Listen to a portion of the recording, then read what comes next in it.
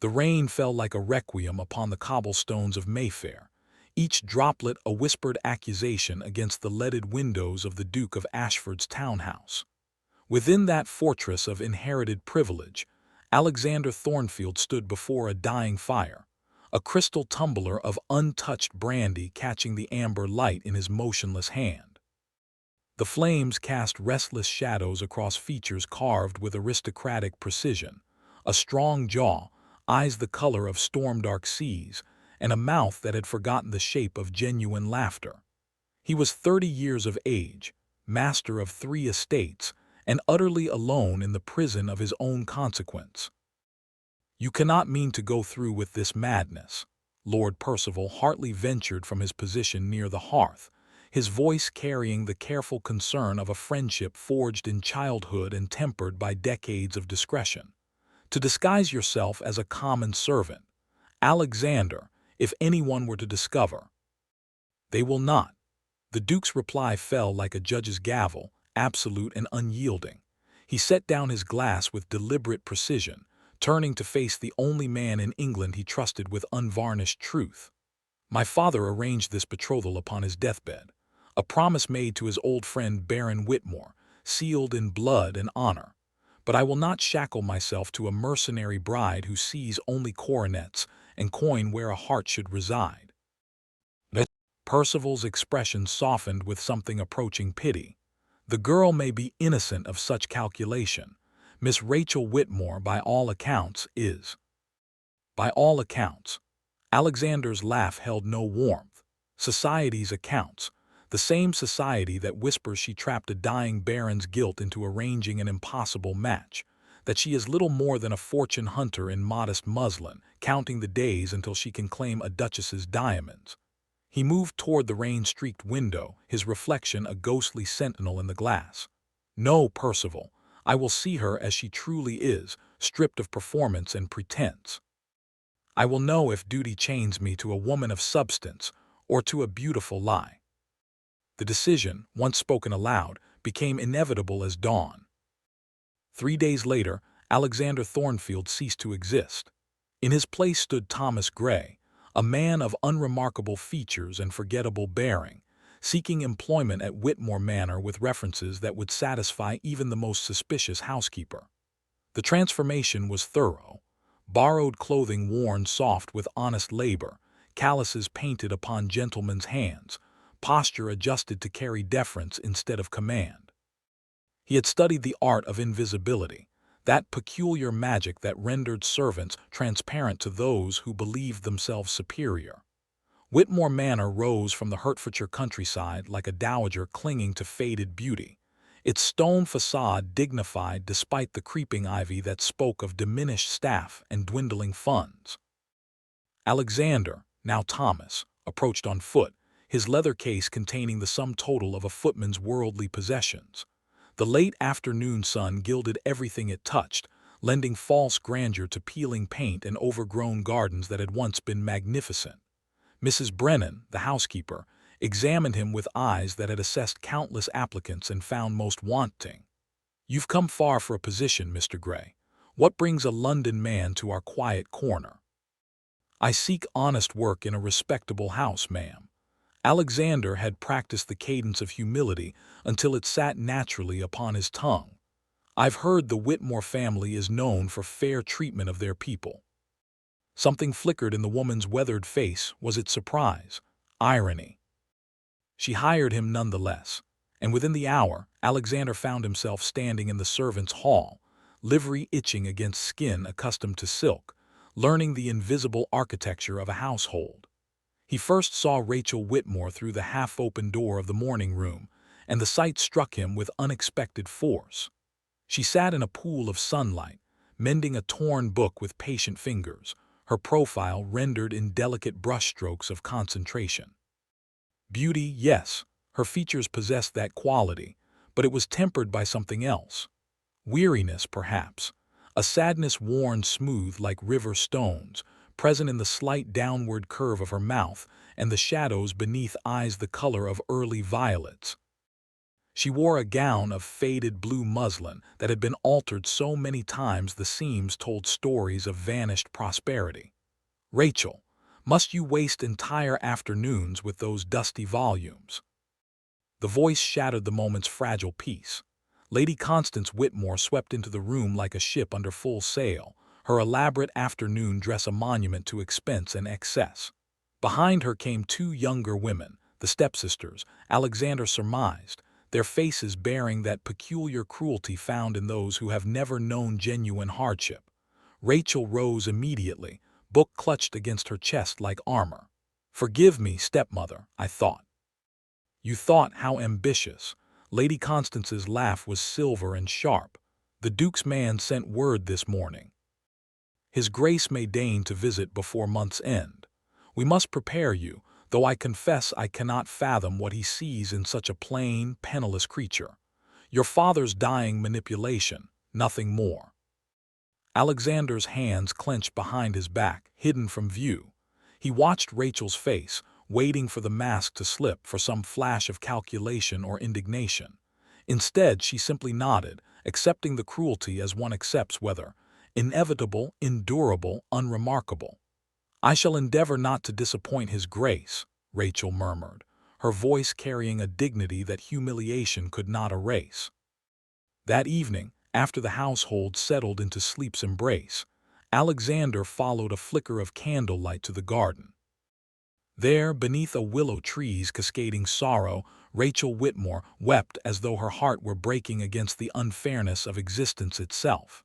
He stood in darkness, hidden, and heard her whisper words that would haunt him. "I wish he could love me, but how could he when I cannot even love myself?"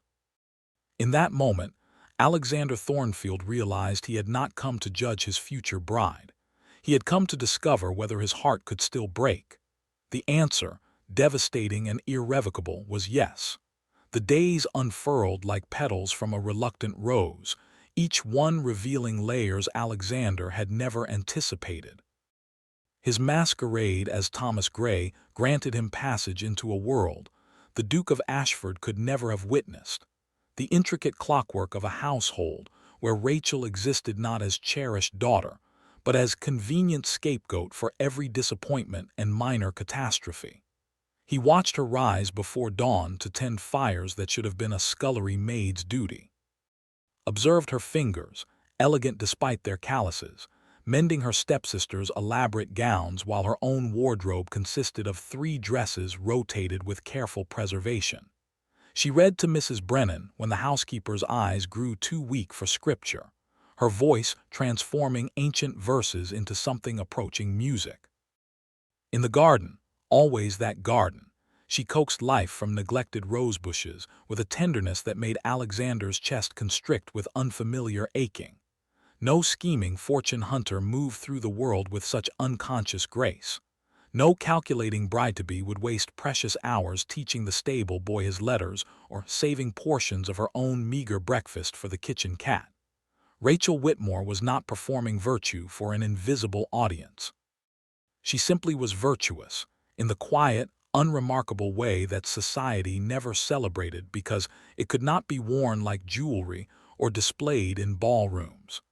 Alexander found himself possessed by a compulsion he could neither name nor resist. On the third night he left a book upon her pillow, a first edition of Wordsworth's poems he had purchased in the village, wrapped in plain paper. He watched from the servants' corridor as she discovered it, her expression cycling through confusion, wonder, and finally, tears that she wiped away with trembling fingers before pressing the volume to her heart as though it were something sacred. The gifts continued, each one carefully chosen, anonymously given. A ribbon the precise shade of her eyes, appearing beside her wash basin. Wild roses in a chipped vase outside her chamber door. A pair of soft leather gloves that replaced her threadbare ones, sized perfectly for hands he had studied with inappropriate attention. He told himself he was merely observing her character, testing her response to unexpected kindness. The truth, that he was falling irretrievably in love with a woman he had come to judge, remained unacknowledged, a flame he refused to examine too closely lest it consume him entirely. Then came the letter that changed everything. Alexander was polishing silver in the butler's pantry when the commotion erupted. Lady Constance's triumphant shriek carried through the manor like a trumpet announcing conquest. He abandoned his post, following the sound to the breakfast room where the family assembled each morning in various states of discontent. Listen to this. Lady Constance brandished parchment stamped with the Ashford seal, her voice dripping theatrical delight. From the Dowager Duchess herself, it has come to my attention that my son's betrothal proceeds without proper assessment of the bride's suitability.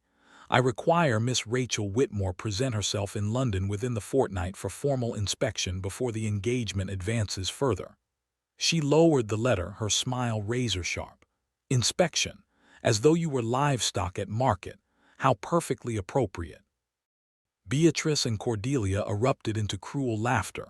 Rachel sat motionless, her teacup suspended halfway to lips that had drained of all color. Alexander gripped the doorframe, fury rising like floodwater through his carefully maintained composure. His mother, that cold architect of social propriety, had no knowledge of his investigation. This was her own cruelty, her rejection of a match she deemed beneath the family's consequence. Well, Lady Constance demanded, have you nothing to say? No protestations of your worthiness, no theatrical declarations.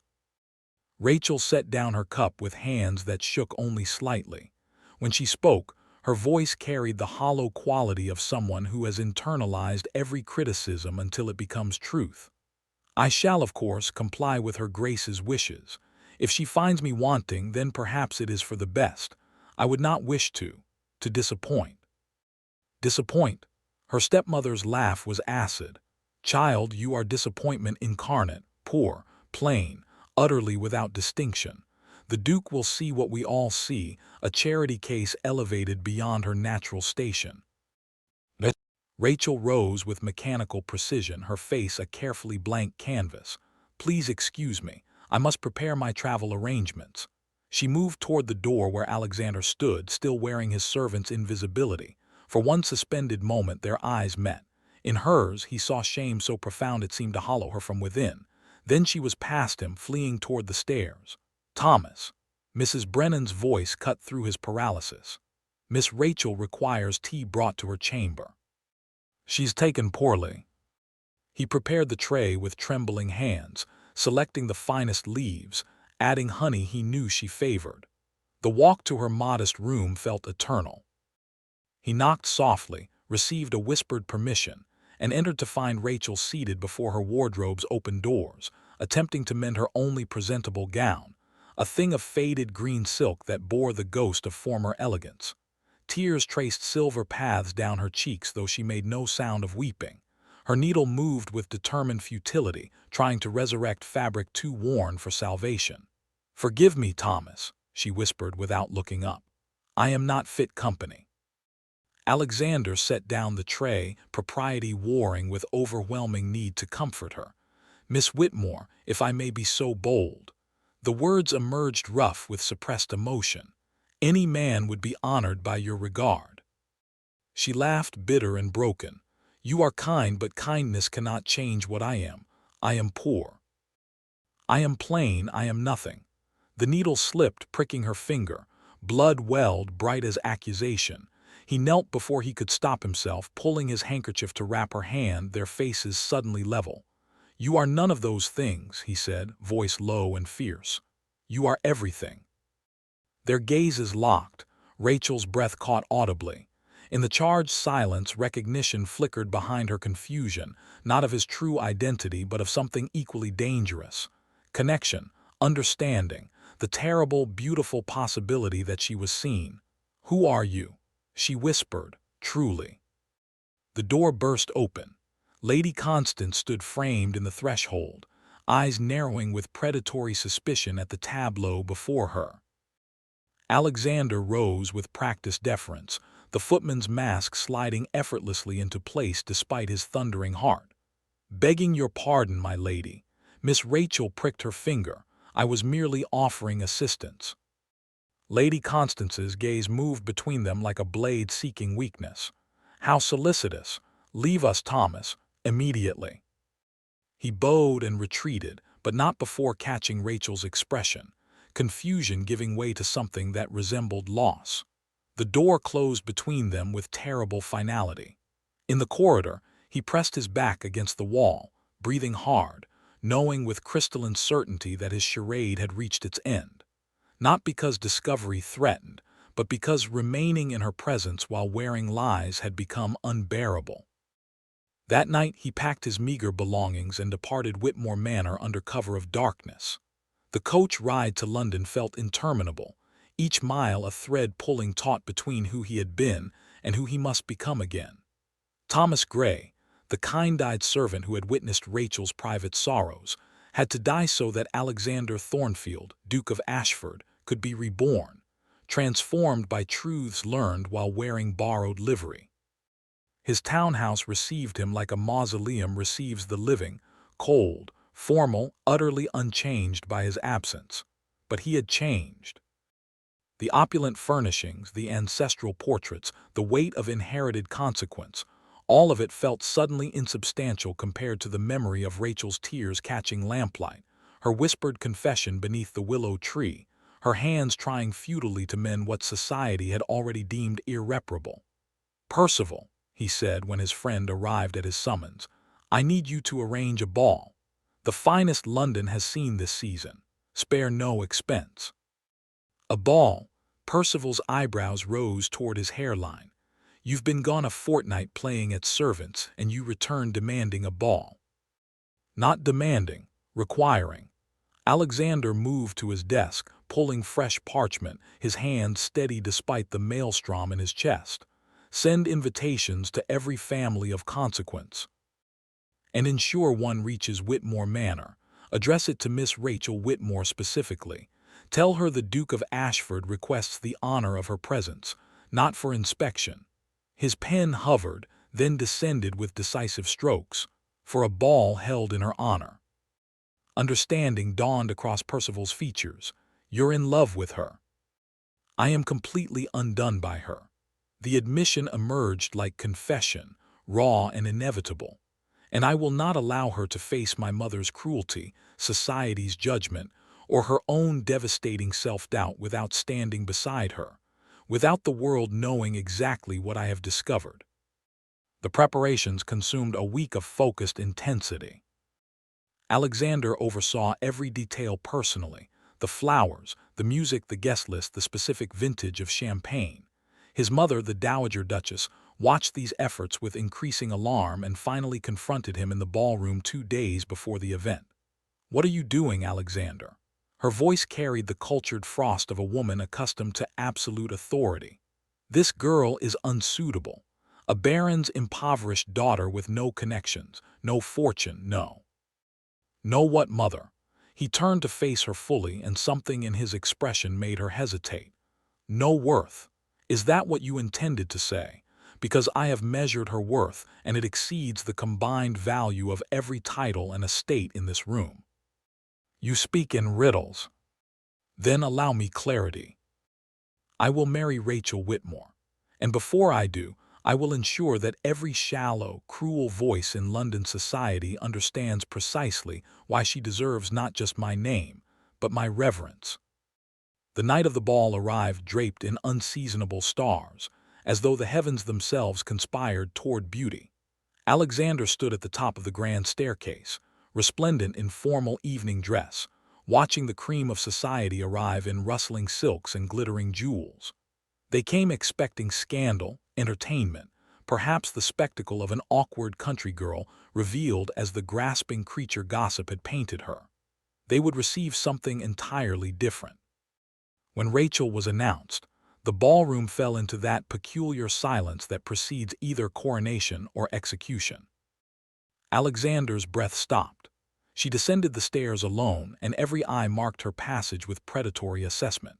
Her gown was the same mendied green silk he had seen in her chamber, altered with desperate skill but unable to disguise its fundamental inadequacy. Her hair, dressed simply, lacked the elaborate architecture fashion demanded. She wore no jewels save a single ribbon. His ribbon, he realized with a jolt, woven through her dark curls. She looked terrified and dignified, and so achingly lovely that Alexander felt his heart contract.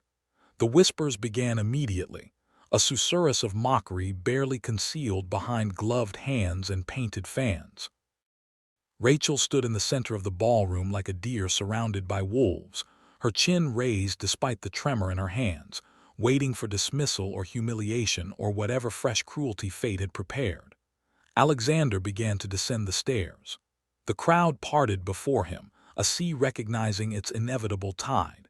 He walked directly toward Rachel, ignoring every titled daughter, every strategic mama, every expectant face. The orchestra fell silent.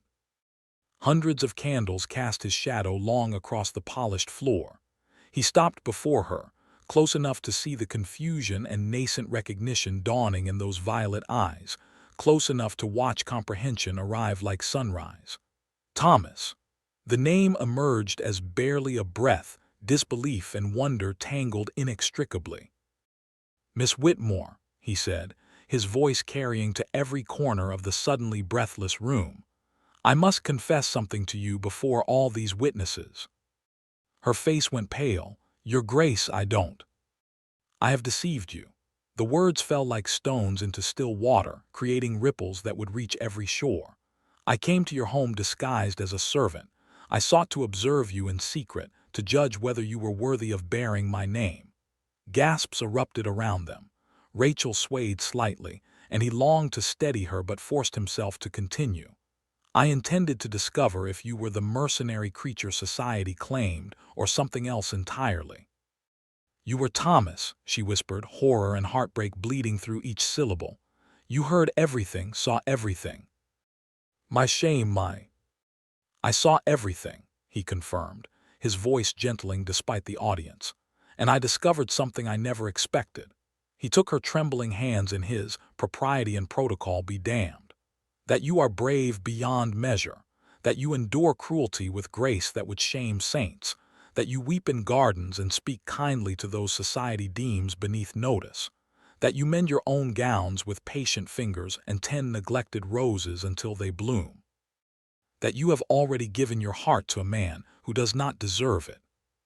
Tears spilled down her cheeks, crystalline in the candlelight.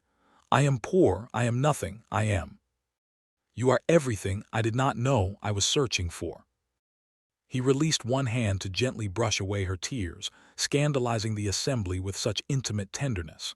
Then he turned, his voice rising to fill the vaulted ceiling, addressing the cream of London society with ducal authority. "I stand before you all and declare, this woman is not beneath me. Question her fortune if you must, but I have witnessed her wealth of spirit. I have seen her kindness when no eyes were watching. I have heard her prayers whispered to empty gardens.